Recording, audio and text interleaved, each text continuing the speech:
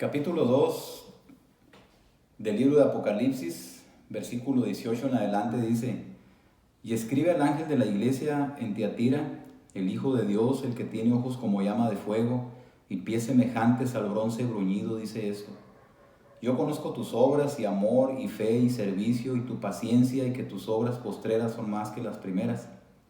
Pero tengo unas pocas cosas contra ti, que toleras que esta mujer Jezabel, que se dice profetiza, enseñe y seduzca a mis siervos a fornicar y a comer cosas sacrificadas a los ídolos. Y le he dado tiempo para que se arrepienta, pero no quiere arrepentirse de su fornicación. He aquí yo la arrojo en cama y en gran tribulación a los que con ella adulteran, si no se arrepienten de las obras de ella. Y a sus hijos heriré de muerte, y todas las iglesias sabrán que yo soy el que escudriña la mente y el corazón, y os daré a cada uno según vuestras obras. Pero a vosotros y a los demás que están en Tiatira, a cuantos no tienen esa doctrina y no han conocido lo que ellos llaman las profundidades de Satanás, yo os digo, no os impondré otra carga. Pero lo que tenéis, retenedlo hasta que yo venga. Bendiciones, hermanos. Aquí estamos nuevamente con ustedes y es una bendición el poder seguir compartiendo la palabra de Dios a través de este medio. Y también animarles, hermanos, a que sigan viendo los videos que estamos transmitiendo los días domingos, los miércoles, y los escritos, los devocionales también, que van a estar subiéndose los días viernes. También animándoles a que nos hagan saber, ¿verdad?, sus necesidades de oración, sus peticiones. Y sabemos que esto ya estamos en la recta final, y primeramente Dios vamos a poder integrarnos nuevamente como iglesia, ¿verdad? Entonces, yo quisiera que usted tuviera una Biblia ahí a la mano, ¿verdad? Para que juntos vayamos al capítulo 2 del libro de Apocalipsis y continuar, hermanos, con nuestro estudio sobre las iglesias que menciona aquí este capítulo. Y primeramente vemos que las cartas dirigidas a estas iglesias tienen una estructura similar. Cada una de ellas están dirigidas a una congregación en particular. Vemos que hay una introducción de parte del Señor Jesucristo. Hay una declaración en cuanto a la condición de la iglesia. Hay un veredicto de Jesús en cuanto a la condición de la iglesia. Hay un mandato de Jesús para la iglesia. Una exhortación general para los cristianos y una promesa de recompensa. Entonces, así podemos ver el estado de cada una de estas iglesias, y también con este principio pensar en nuestro propio caminar con Él como iglesia. El mensaje de Tiatira, vemos que en su presentación a las iglesias, el Señor Jesucristo hace una descripción acerca de Él. En Éfeso lo vemos como el que tiene las 7 estrellas en su mano, el que anda en medio de los 7 candeleros de oro. En Esmirna se menciona como el primero y el postrero, el que estuvo muerto y vivió. En Pérgamo, el que tiene la espada aguda de 2 filos. Y aquí en Tiatira, Él se presenta como el Hijo de Dios, el que tiene ojos como llama de fuego y pies semejantes a bronce bruñido. Unos datos históricos sobre la ciudad de Tiatira. Tiatira quiere decir sacrificio continuo, y era famosa por su tela y tinta de púrpura, y era la ciudad natal de Lidia, vendedora de púrpura, mencionada en el libro de los Hechos, capítulo 16, versículo 14. Y vemos que la deidad principal pagana de esta ciudad era Apolos, mejor conocido como el dios del sol.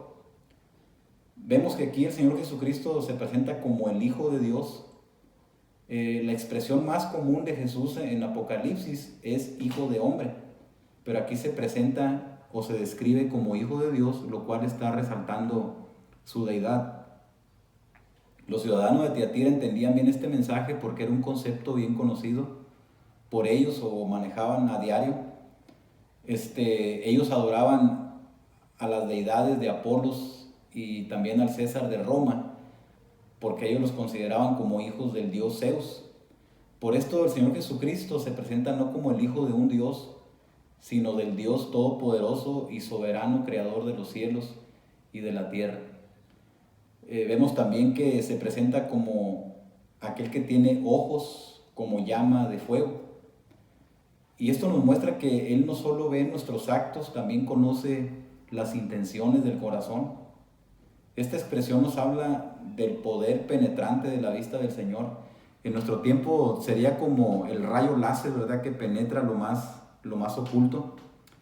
Dice el versículo 23, yo soy el que escudriña la mente y el corazón. Entonces sus ojos examinan todo y no se le escapa nada, sea bueno o sea malo.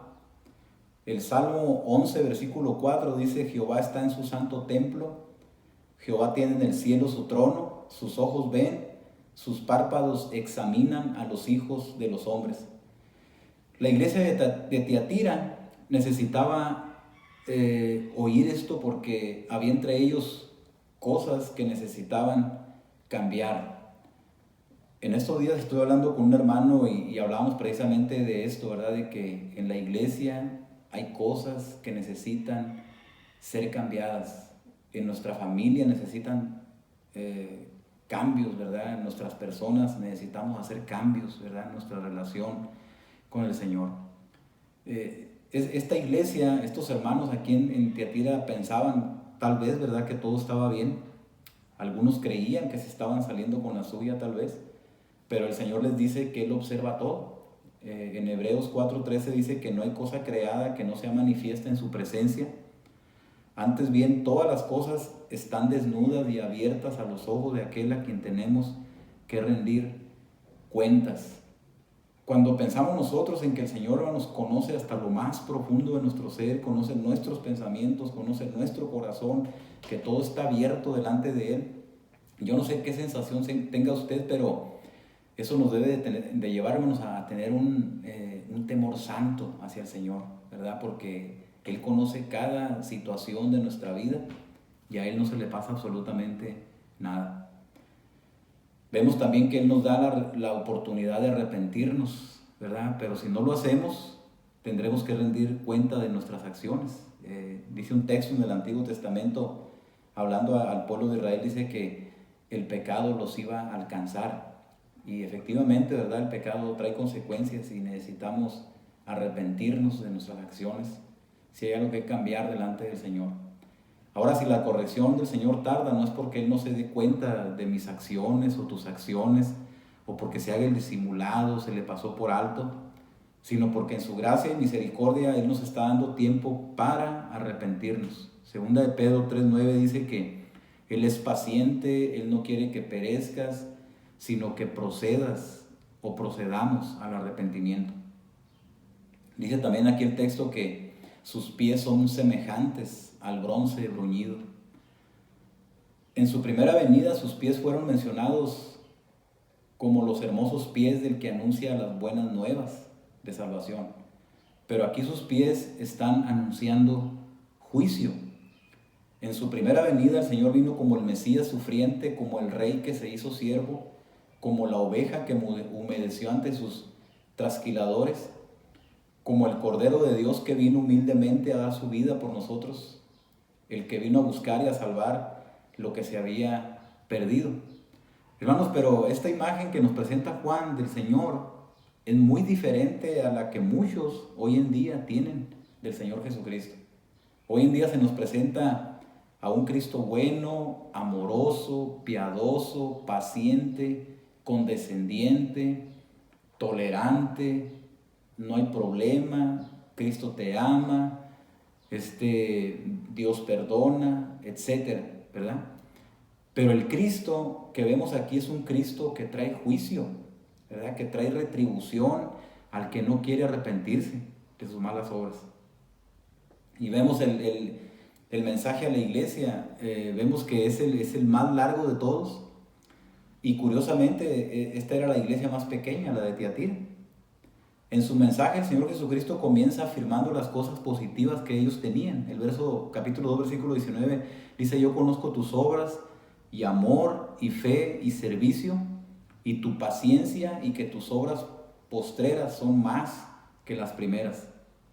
Y primeramente vemos que lo que el Señor felicita a la iglesia es por su amor, el amor ágape, ¿verdad? Ese compañerismo que había entre ellos, esa unión, el llevarse bien, ¿verdad? En un ambiente precioso tal vez ahí en la iglesia. Y vemos que de las virtudes espirituales ellos tenían la mayor. En 1 Corintios capítulo 13, versículo 13, el apóstol Pablo dice: ahora permanecen la fe, la esperanza y el amor, pero el mayor de todos, dice, es el amor. Bueno, vemos que el problema es que muchos en la iglesia aquí en Tiatira se desviaron de la perspectiva correcta y del amor cayeron en la tolerancia. Sabemos que el amor verdadero procura el bien de los demás, el bien del otro, ¿verdad? Lo cual incluye el confrontar, el exhortar cuando sea necesario. Por ejemplo, si usted ama a su hijo, ¿qué debe de hacer? Corregirlo, disciplinarlo, exhortarlo, confrontarlo. Pero los creyentes en Tiatira prefirieron no herir a los que estaban desviados para evitar conflictos. Hermanos, eso no es amor sino tolerancia, ¿sí? No es amor sino tolerancia. Entonces, estaba leyendo un artículo que dice que uno de los valores más populares hoy en día es la tolerancia. Dice el artículo: aunque puede ser considerada como una virtud, llega a un punto en que la tolerancia se puede desviar y convertir en pecado. Y hay cosas, dice, que uno puede resistir por amor, pero hay otras cosas que en la Biblia dice que no debemos tolerar. Y vemos los ejemplos, ¿no? Los dos ejemplos extremos en la iglesia de Éfeso y Tiatira. En Éfeso no toleraban lo falso, pero habían dejado el primer amor. En Tiatira tenían amor, pero habían tolerado el pecado. Entonces vemos que las dos iglesias se habían ido al extremo, ¿sí? Y vemos que el Señor también los felicita por su fe. Esa fe, ¿verdad? La fe nos habla de convicción en lo que se ha creído, fidelidad hacia lo que se ha creído, porque la fe demuestra en qué creemos verdaderamente. También los felicita por su servicio. Vemos que esta era una iglesia que se enfocaba en servir y ayudar a sus miembros y mantenerlos contentos. Y qué bonito, ¿verdad? Cuando vemos una iglesia que está sirviendo, que la gente está contenta, las familias están contentas. Y al igual que el amor, ¿verdad? Vemos que el servicio es una virtud positiva, pero puede desviarse si el quedar bien con las personas, con la gente, se vuelve más importante que agradar a Dios. Y luego también vemos que los felicita por su paciencia, ¿sí? Ellos fueron constantes, pacientes, perseverantes. La iglesia tenía cosas muy buenas, pero se había desviado en otras de forma muy seria, ¿sí? Acompáñame a leer, por favor, ahí en el versículo 20, vamos a leer la llamada de atención que ellos necesitaban escuchar por parte del Señor. Dice el versículo 20: pero tengo unas pocas cosas contra ti, que toleras que esa mujer Jezabel, que se dice profetiza, enseñe y seduzca a mis siervos a fornicar y a comer cosas sacrificadas a los ídolos, ¿sí? ¿Quién no ha escuchado hablar de Jezabel? Yo pienso que todos hemos escuchado hablar de esta mujer. Estaba leyendo que en la antigüedad, ¿verdad? Había un dicho que cuando una mujer era mala, le decían al esposo: tu esposa es una Jezabel, ¿verdad? Es como calificar, por ejemplo, eres un Hitler, ¿verdad? Cuando es una persona terrible, ¿verdad? Magnicida. Cuando esta persona se le llama Judas, por ejemplo, eres un Judas, eres un traidor. Bueno, hermanos, cuando nos acordamos de Jezabel o que hablamos de esta persona, de esta mujer, tiene todo un trasfondo histórico, ¿verdad? En la historia de Israel. Y Jezabel fue la princesa de Sidón y a su vez se casó con el rey Acab, un rey de Israel que no tenía temor de Dios. Vemos en la historia que esta mujer tuvo una influencia negativa sobre su esposo y sobre todo Israel, que eran las tribus del norte. Fue una mujer fuerte, manipuladora, se deleitaba haciendo el mal y procurando la muerte de los profetas de Dios, ¿sí? Primer libro de Reyes, capítulo 21, verso 25, dice: a la verdad ninguno fue como Acab, que se vendió para hacer lo malo ante los ojos de Jehová, porque Jezabel, su mujer, lo incitaba. ¿Sí? Entonces vemos que Jezabel, viéndolo de un punto de vista, hermanos, analizando, ¿verdad?, ese espíritu o a esta persona, vemos que Jezabel es para engañar, para manipular y también para promover lo que es la rebeldía. ¿Sí? Lo hizo con Acab, su esposo, un hombre débil. Vemos que ella tomó el control, ¿verdad? Cuando Elías en el monte Carmelo, ¿verdad?, confrontó a los profetas de Baal y que los degolló, triunfó sobre ellos en el nombre del Señor. Esta mujer, cuando supo la noticia, dijo: díganle a Elías que lo que hizo con mis hombres, yo voy a hacer lo mismo con él. Y usted se pregunta, ¿dónde estaba Acab en este momento? Ella era la que estaba al frente. Entonces ella tomó el control, ¿verdad? Ella tomó el control en el reinado. Alguien dijo: hay que tener cuidado cuando en la iglesia se levantan mujeres que quieren manipular al pastor y al liderazgo de la iglesia. No tenemos nada contra las mujeres, ¿verdad? Pero desafortunadamente esto llega a suceder, ¿sí? Jezabel se manifiesta a través de falsa religión, falsa doctrina, socavar y manipular la autoridad designada por Dios. Si usted agarra un diccionario bíblico y busca el significado de Jezabel, se va a dar cuenta que su nombre significa sin cohabitación, dando la idea de ser un espíritu que se mueve de un lugar a otro o de una generación a otra. Y leí también, ¿verdad?, acerca de las características espíritu de Jezabel o manifestación de espíritu de Jezabel en una persona. ¿Cómo es que se identifica, verdad? Y mire estos siguientes aspectos. Número 1, la persona suele concentrarse con el pastor y otros líderes de la iglesia con el fin de encontrar el eslabón más débil para poder dominarlo. Su meta principal es gobernar la iglesia. Al tratar de ganar el apoyo de la gente y del pastor, la persona forma relaciones estratégicas con los que son considerados espirituales o influyentes por los demás. Dice también que en un esfuerzo por aparentar espiritualidad, esta persona busca reconocimiento cuando manipula las cosas con el fin de sacar ventaja. Cuando esta persona recibe reconocimiento, inicialmente responde con falsa humildad, pero esta característica tiene una duración breve.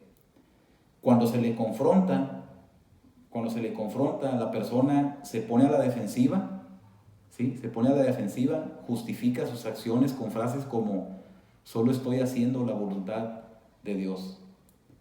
Y por último vemos que, ansiosa por obtener el control, esta persona trata de reunir a los demás y enseñarles.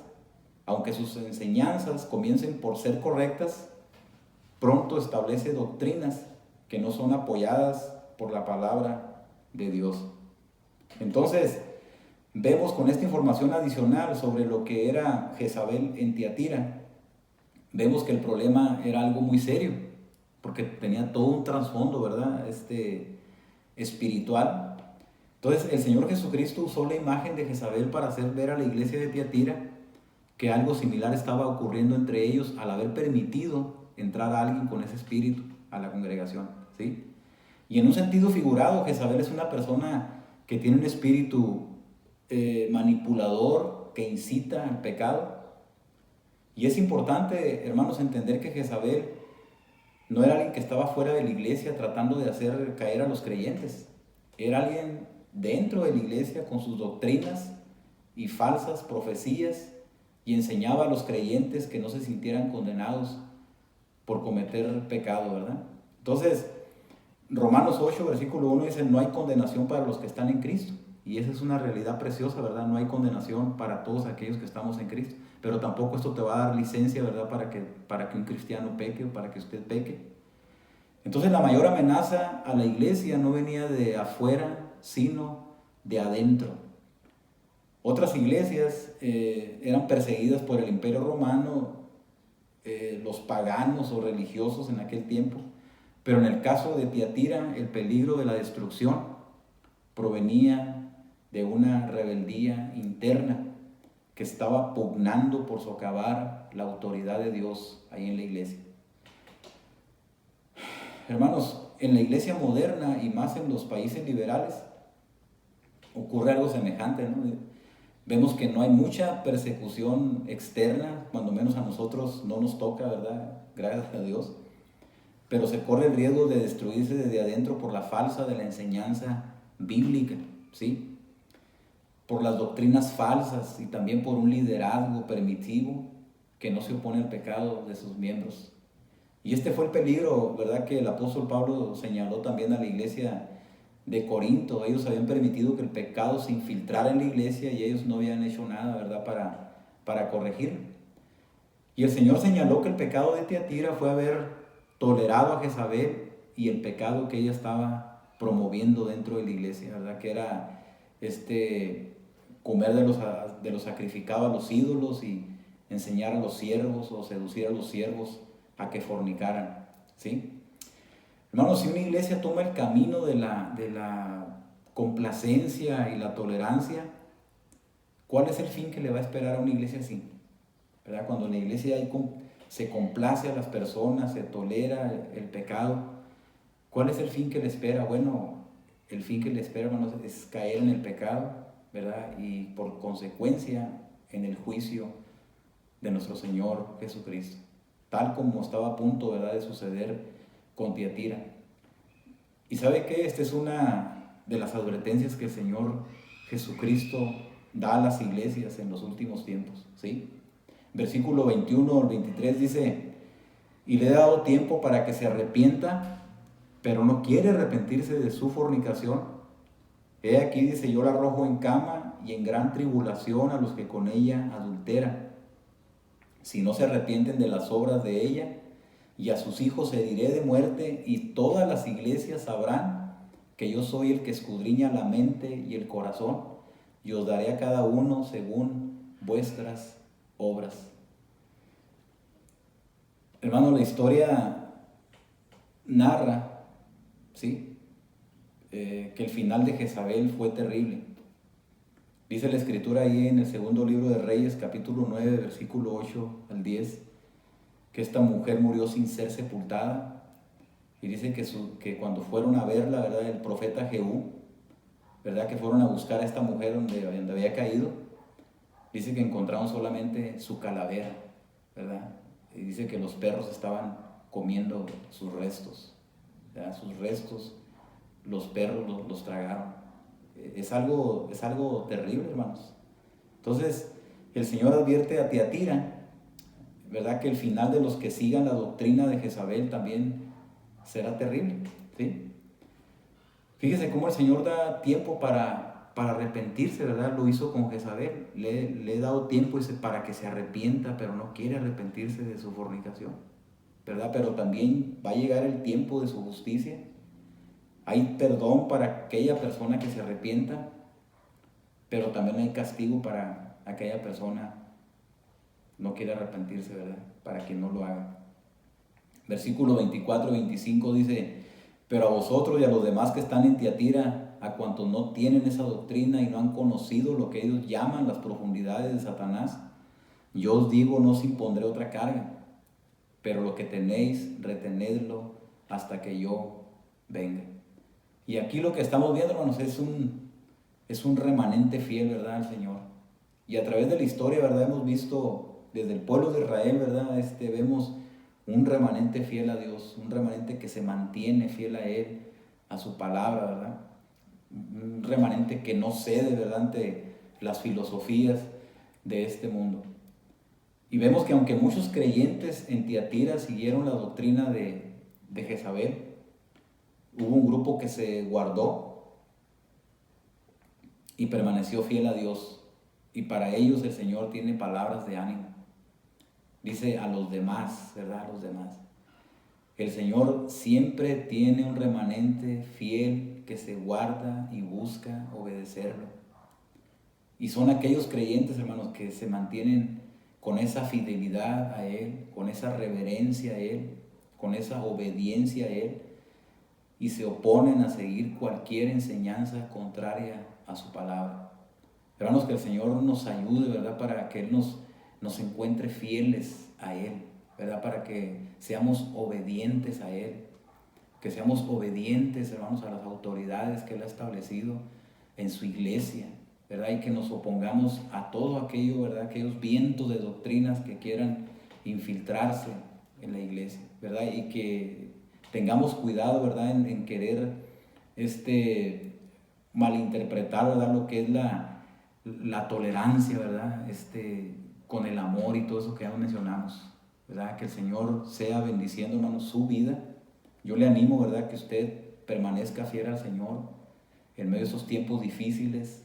Busque su rostro en oración, busque, hermanos, su consejo a través de su palabra, y Él es el que nos va a sacar adelante en todo esto. Hermanos, que el Señor le bendiga ricamente, hermanos. Vamos a terminar orando, hermanos, también por unas necesidades, ¿verdad?, que nos han hecho llegar.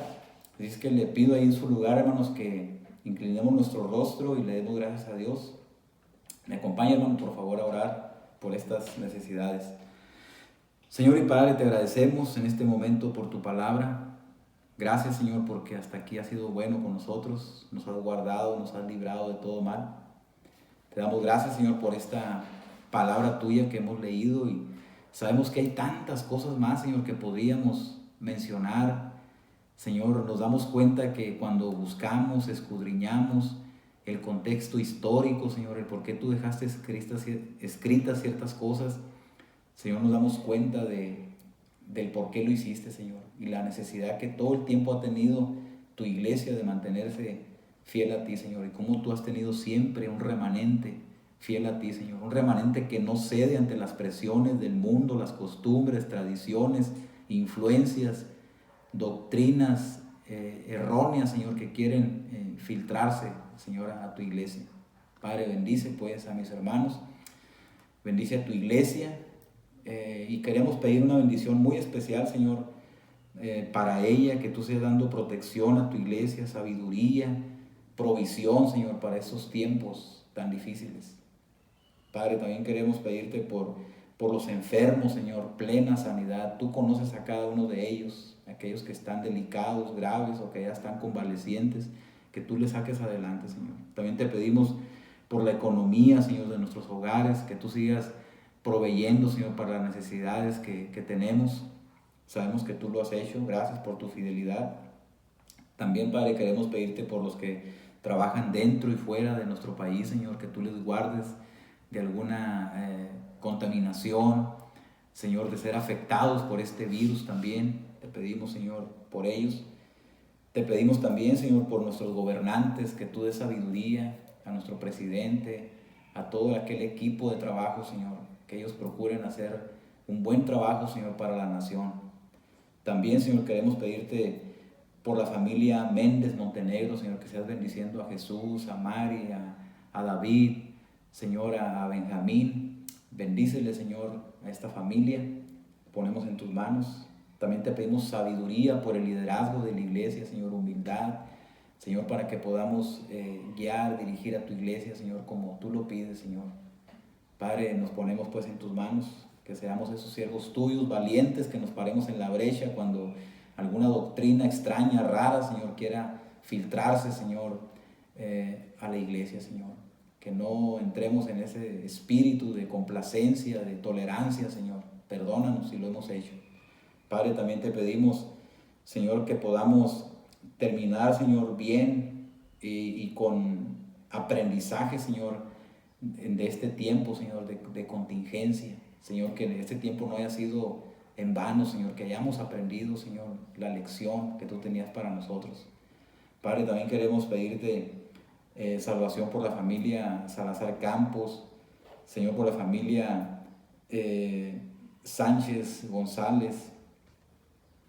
Señor, protección también por Iván en su trabajo. Guárdale, Señor, de toda contaminación. Él está en un lugar donde hay foco de infección, Señor.